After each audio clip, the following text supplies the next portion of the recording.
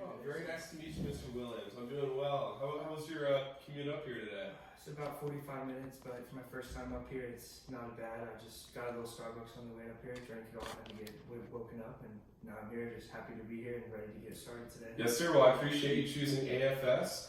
And before we start our session, is it all right if I take a few notes? That's all right. You can do whatever you need to. Okay.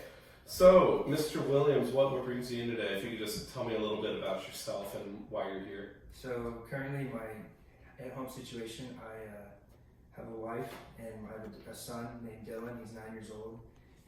We currently live in a 2-bed apartment, and we've had a little trouble with money, obviously, which is why I'm here. I currently work as a trash can man, just on every Sunday, doing what I love, going to take the trash out, doing that kind of stuff. I know it's not good pay, but I have a lot of friends there doing what I love doing. But like I was saying earlier, make a little money doing what I love, but the trade and opportunity cost of why I work in there is just not really cutting it. But I can pay for my household expenses. I mean, here to here, I have a little leftover money from month to month and can pay for stuff, but I also have a bad gambling habit, so I like to spend my extra money and onto that when I know I shouldn't, and I don't make a lot of money. And Dylan's getting older.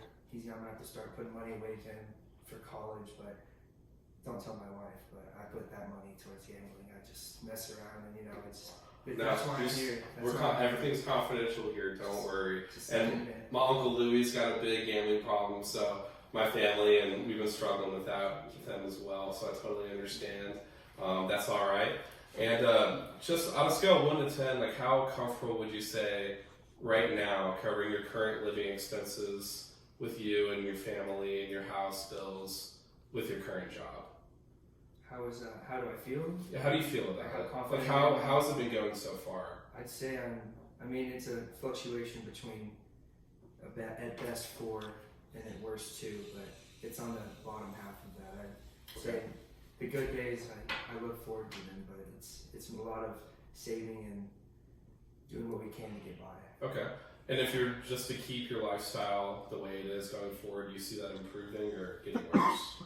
It would either stay the same or get worse. I mean, unless I can, my wife Cassidy, she's a stay-at-home mom, but she does a lot of stuff on the side, like do art projects and do this and that. But I mean, she does it because she loves it and does a little bit for Dylan. Like she'll paint his room and stuff, but she don't make a lot of it. So it's just kind of like a hobby. So, I mean, not really improving much. Okay. And is your wife willing to work at all? You said her name was Cassidy. Okay. She got a degree, and I met her in college, but she hasn't worked since. And I should have brought up earlier too. She has a little liability as well. When we married, I inherited a little bit of her credit card debt, and it's been exponentially growing, as well as her college debt. It's been a little while, and we just haven't had the money to get to it. It's just upon interest rate gaining.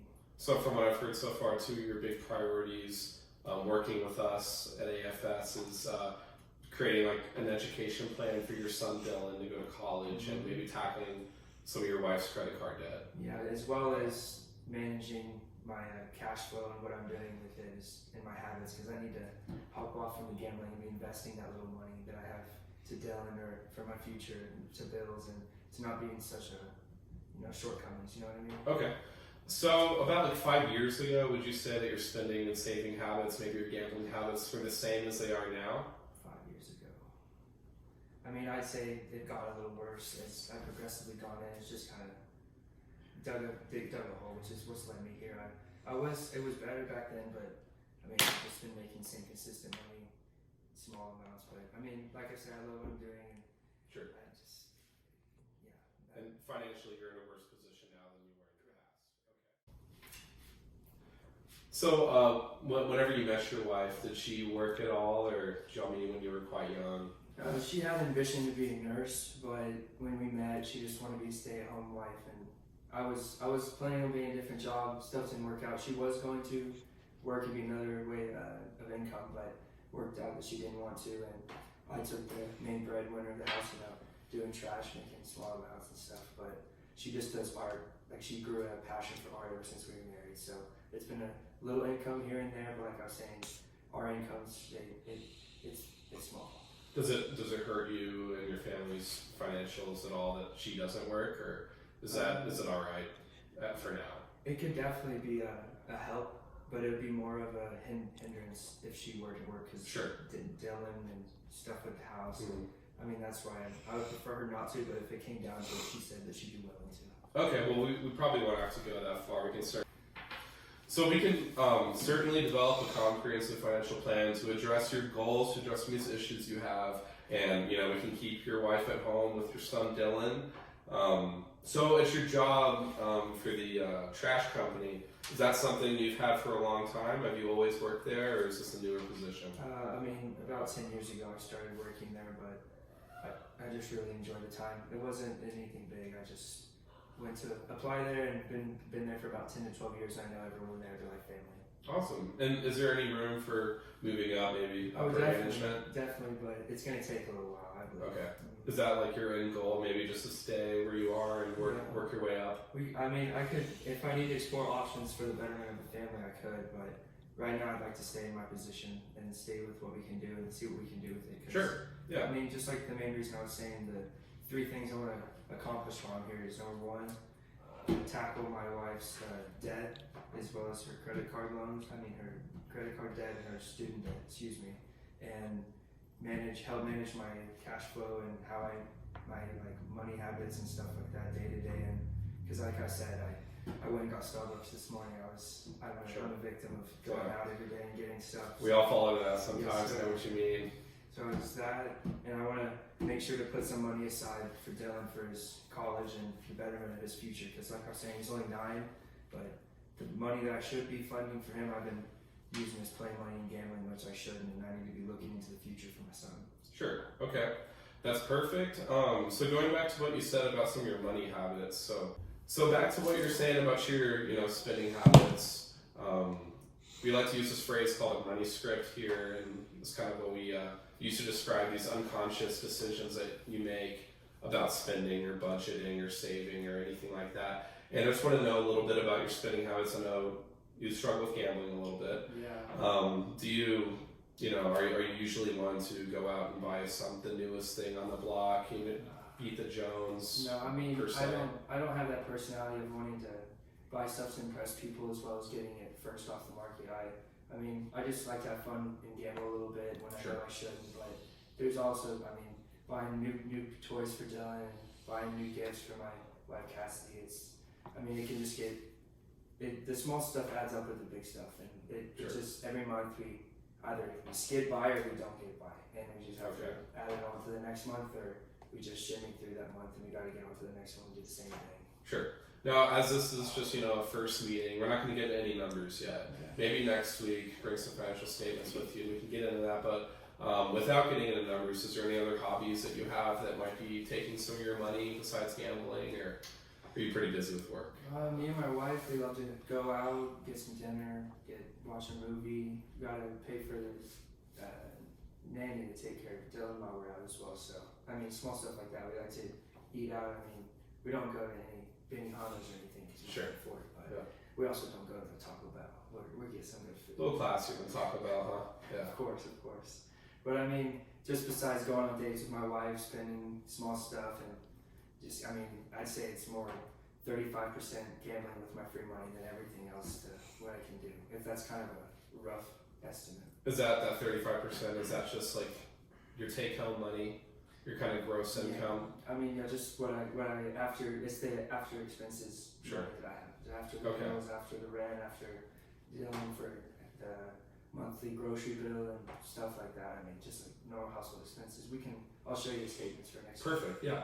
And with any of that, the remainder of that take-home money, less expenses, have you ever started, saving up for college, putting any away, or maybe paying off some of your wife's credit card debt or student loans with that yet? I'd say past while I've put a little bit of money towards the student loans for my wife and the credit card debt, but I noticed there's this one education fund. It's a 529 plan. Just a fund for education. You can put some. I was wanting to. That is an option. I have not opened one, and that's the main reason why I came here. I've heard of them before. I wasn't interested and just wanted to hear more about it. And maybe fund toward that, and then that was really the main thing for Dylan. Sure, yeah. I mean, that's just strictly an education fund for your kid. And, you know, seeing that he's 9, you're totally in an okay position right now. It's not like he's about to go to college next year, which might be a little scary.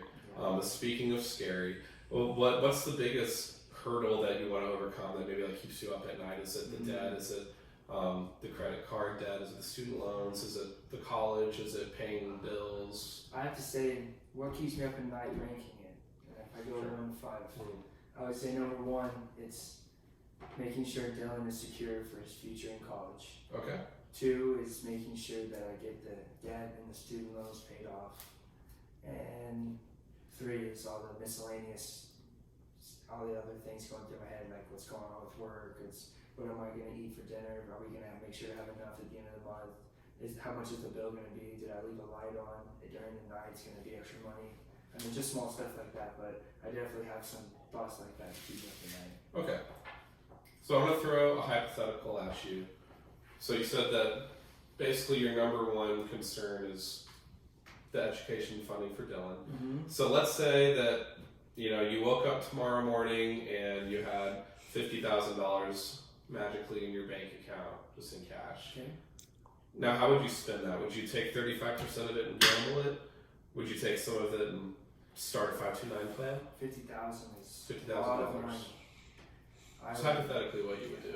I guess, I mean, if I wasn't with you and I had my 50,000, what would happen? I would probably, I mean, hide some money so I could for sure gamble it, make sure that some expenses are paid for the next couple months, and I mean, probably save some money for Dylan's birthday, Cassie's birthday, and for Christmas. But yeah, without lying to myself, I'd probably put a little to the side for. Okay, well, I appreciate the honesty with you, and you know, if you do want to bring in your wife for the next meeting, that might be ideal, because she is concerned with, you know, your family financial issues and goals. But you know, I'll be sure to keep the gambling out of that conversation for you.